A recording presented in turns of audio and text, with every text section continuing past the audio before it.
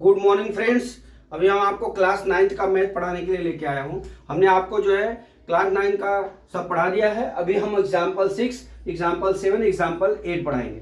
अभी आप देख लीजिए कि इसमें पहली सवाल क्या है, दिखाइए कि 3 दशमलव इतना एक परिमेय संख्या है, दूसरे शब्दों में 3 दशमलव इतना है के रूप में व्यक्त कीजिए पी बाई क्यू, जहां पी और क्यू पूर्णांक है और क्यू नॉट इक्वल टू 0 है। ये सवाल है। तो आप देख लीजिए पहला क्या सवाल दिया है हमारा, एग्जाम्पल नंबर 6 का सलूशन क्या है, 3.14267 ये एक शांत संख्या है। क्या संख्या है? शांत संख्या है। शांत संख्या का मतलब यह हो गया दोस्त कि हम इसमें आगे डैश डैश भी नहीं दिया है, बार भी नहीं दिया है, इसलिए शांत संख्या हो गया। शांत संख्या है तो मतलब एक परिमेय संख्या है। शांत संख्या मतलब एक परिमेय संख्या हुई। अब ये परिमेय संख्या हो गई दोस्तों, तो इसको पी बाई क्यू के रूप में कैसे लिखेंगे?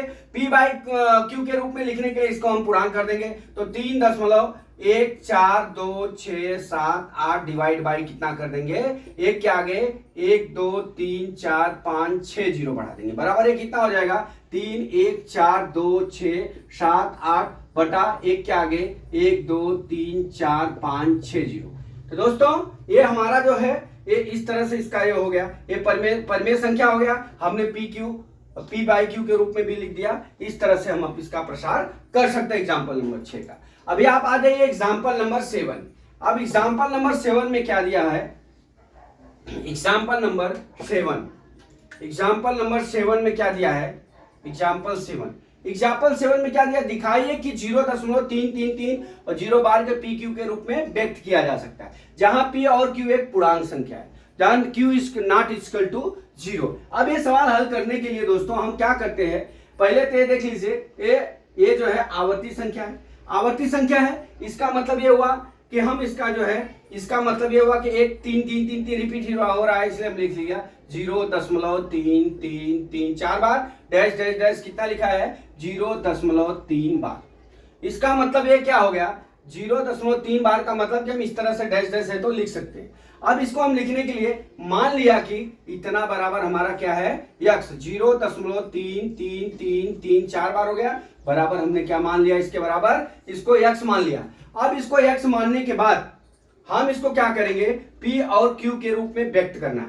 पी क्यू और क्यू के रूप में व्यक्त करने के लिए सबसे पहले हम क्या करेंगे, यहां पे देखिए ये संख्या एक ही संख्या रिपीट हो रही है, तो हम यहां पे इसमें हम 10 का गुणा करेंगे। यहां पे एक संख्या रिपीट हो रही है तो 10 का, अगर इसी तरह मान लीजिए 0.36 बार दिया रहता तो हम 100 का गुणा करते। अगर इसी तरह 0.367 पे बार दिया रहता तो हम क्या करते, 1000 का गुणा करते। अर्थात जितने संख्या पे बार रहेगा उतना का हम इसमें गुणा करेंगे। आप देख लीजिए हम क्या कर लिख देते हैं, गुणे 10 नीचे लिखता हूं, आप कंफ्यूज हो जाएंगे। फिर यहाँ पे यक्स बराबर 0.333 डैश डैश डैश। अब यहाँ पे 10 का गुणा कर दिया, यहाँ पे भी हम 10 का गुणा कर दिए, बराबर। अब ये कितना हो गया, 10x हो गया, बराबर 3.333 डैश डैश डैश हो गया।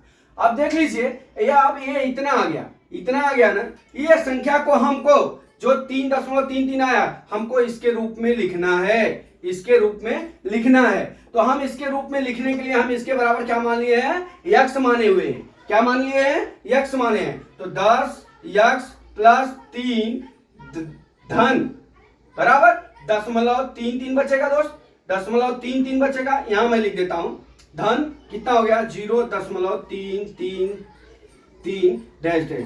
अब देख लीजिए यहां पे कितना हो जाएगा, ये बराबर ही चल रहा है दोस्त, बराबर यहां क्या हो जाएगा 10x बराबर 3 प्लस कितना हो जाएगा, ये x हो जाएगा। इसके जगह हमने x माना हुआ है, ठीक है। ये देखिए x माना हुआ है तो कितना हो गया 10x प्लस 3x हो गया। अब इसको क्या करेंगे, हम घटा देंगे तो ये कितना हो जाएगा, इधर आएगा तो 10x माइनस x हो जाएगा, बराबर 3 होगा। अब ये कितना हो जाएगा 9x बराबर 3 हो गया, x बराबर 3/9 हो गया। अब बराबर कितना हो गया 1/3, 1 नम 3 3 त्रिका 9, x बराबर कितना हो गया, ये हमारा संख्या क्या था।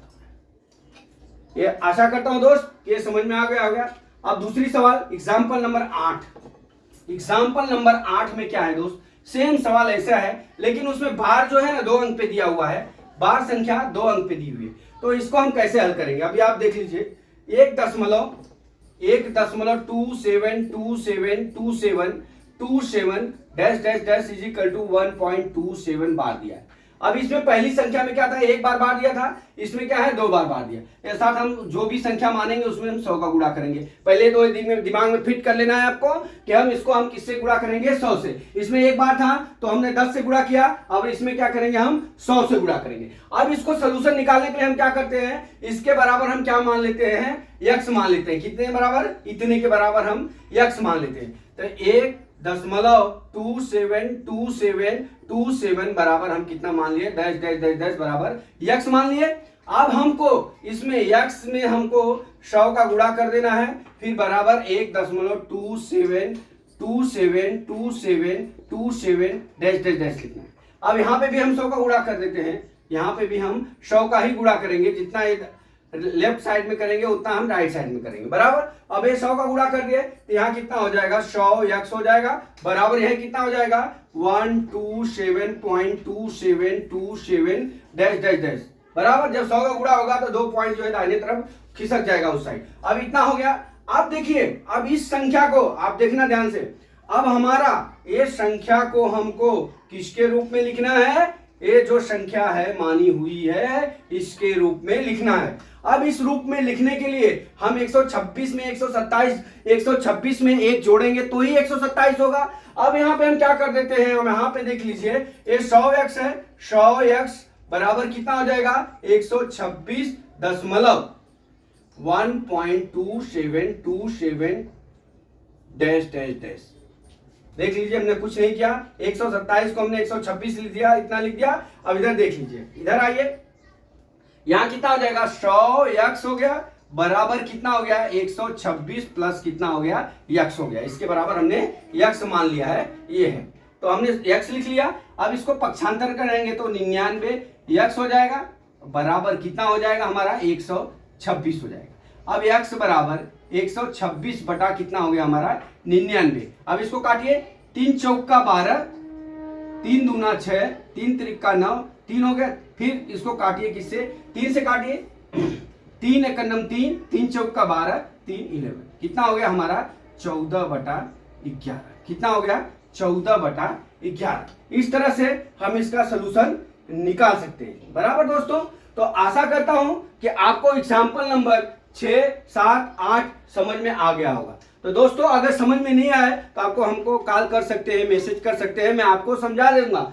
तो दोस्तों, आशा करता हूं कि आपको समझ में आ गया होगा। अगला वीडियो में लेके और आता हूं। जय मां सरस्वती, जय भारत माता, जय जवान, जय किसान।